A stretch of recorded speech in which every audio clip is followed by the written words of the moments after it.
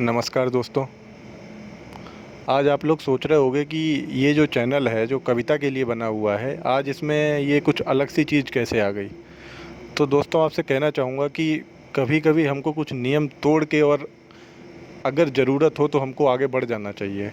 और आज मुझे सच में ये लगा कि मुझे यहाँ पर ये अपनी बात ज़रूर रखनी चाहिए कि आज जो टिकटॉक और ये जो सारी चाइनीज़ ऐप बैन हुई हैं उसके बारे में मैं क्या सोचता हूँ और हमारी इसमें क्या राय है इस पूरे चैनल की।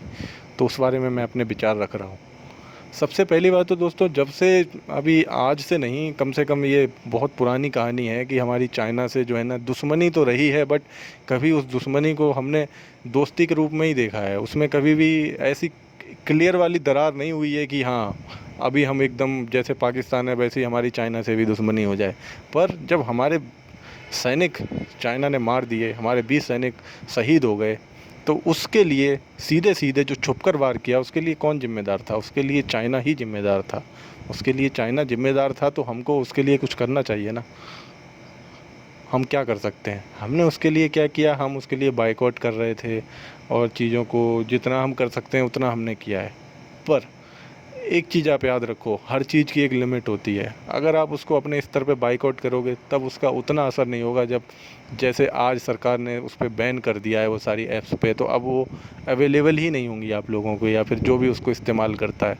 थोड़ा समय के लिए परेशानी होगी, लेकिन निश्चित तौर पे दोस्तों आप ये मान लो कि इन सारी ऐप्स की सब्स्टिट्यूट अवेलेबल हैं और इंडियन सब्स्टिट्यूट अवेलेबल हैं। लेट्स से मैं एक एग्जांपल लेता हूँ कि आप अगर टिकटॉक की बात कर रहे हो, तो टिकटॉक का सब्स्टिट्यूट चिंगारी ऐप है जो अभी अभी आया है और अच्छा चल रहा है। इसी तरह से जो ये शेयरिट है और ये जेंडर करके जो चाइनीज़ ऐप है, इनके लिए जियो शेयर करके एप्लीकेशन अवेलेबल है, हमारी इंडियन एप्लीकेशन है। और अभी थोड़े दिनों पहले जूम ऐप का बहुत ज़्यादा चल रहा था, तो जूम ऐप के लिए अगर आप इंडियन में जाओगे तो एक नमस्ते करके एक ऐप आई है। वो भी जो है ना मुंबई की बनाई हुई ऐप है, मुंबई के कोई डेवलपर्स हैं उन्होंने बनाई है। उसी तरह से और भी कई सारी ऐप्स हैं। आप मीट यूज़ कर सकते हो, एटलीस्ट चाइनीज़ तो नहीं है, गूगल की ऐप है। उसी तरह से व्हाट्सएप पे भी अवेलेबल कर दिया उन्होंने, और भी बहुत सारी चीज़ें हैं। बट कहने का अर्थ सिर्फ इतना है कि जब कोई हमारे सर पे चढ़ के हमारे सैनिकों को छुप के मार रहा है, हमसे सीधी दुश्मनी मोल ले रहा है, तो हम उसको कब तक सहते रहेंगे? हम नहीं सह सकते। और उसी चीज़ को ध्यान रखते हुए आज जो सरकार ने निर्णय लिया है उससे मैं बहुत खुश हूँ, और उम्मीद है कि जितने लोग इस वीडियो को देख रहे हैं वो खुश होंगे। मुझे पता है बहुत सारे लोग ऐसे होंगे जो उन ऐप्स को यूज करते होंगे, उन ऐप्स का इस्तेमाल करके उनमें से कुछ लोग पैसे भी कमाते होंगे। पर दोस्तों आप एक बात बताओ, आप उसको इस्तेमाल करके चंद पैसे कमाओगे, पर उसकी वजह से हमारे देश की सुरक्षा पर और हमारे देश की जो बहुत सारी चीज़ें हैं, जो बहुत सारा डेटा है, वो हम दूसरे देश को दे रहे हैं जिसका वो गलत तरह से इस्तेमाल करते हैं। एक आपको बात बताता हूँ, अभी थोड़े दिन पहले खबर आई थी कि जब हम इस तरह के ऐप्स को अपने फ़ोन में बंद भी कर देते हैं, उस टाइम पे भी वो हमारी बातों को या हमारी बहुत सारी चीज़ों को रिकॉर्ड करते रहते हैं और वो डेटा स्टोर करते रहते हैं और उस डेटा का स्टोर करके उसी के इस्तेमाल करते हैं। अब आप सोचो कि किसी तरह कोई इंटेलिजेंस में कोई व्यक्ति काम करता है, उसके फ़ोन में कोई ऐसी ऐप है या कुछ है, तो वो कितना बड़ा डेटा ब्रीच हो सकता है। इसी तरह से अभी एक ये तो पक्की खबर है, अभी एक फ़ोन मोबाइल कंपनी है, चाइनीज मोबाइल कंपनी है, उसने सेम IMEI नंबर पे बहुत सारी फ़ोन मार्केट में डाल दिए। कल को अभी कोई घटना हो जाती है, उसमें से कोई भी व्यक्ति जो कि जिसको कि अगर पुलिस ट्रैक करना चाहेगी तो उसको ट्रैक नहीं कर पाएगी, उसको मल्टीपल लोकेशन पे सेम IMEI नंबर दिखेगा। तो ये बहुत छोटी छोटी बातें हैं, बट ये आगे चल के बहुत बड़ी हो जाएंगी।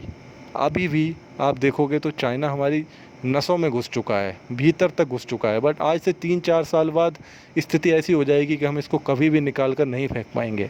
कुछ हद तक देखा जाए तो चाइना ने सीधी दुश्मनी मोल लेके बहुत बड़ी गलती की है, पर ये हमारे देश के लिए बहुत अच्छा है कि हमको सीधा पता चल गया कि कौन गलत है। वैसे भी रियल लाइफ में हम यही बोलते हैं कि जो व्यक्ति मुंह पे बोल दे वो ज़्यादा बेहतर है, जो छुप कर वार करता है वो सबसे ज़्यादा खतरनाक होता है। तो अभी तक हम पे छुप कर वार हो रहा था, अभी ये सीधे से सामने से आया है, तो हमको पता है कि चाइना और पाकिस्तान सेम कैटेगरी में आते हैं और हमको सेम तरह से उनको ट्रीट करना है।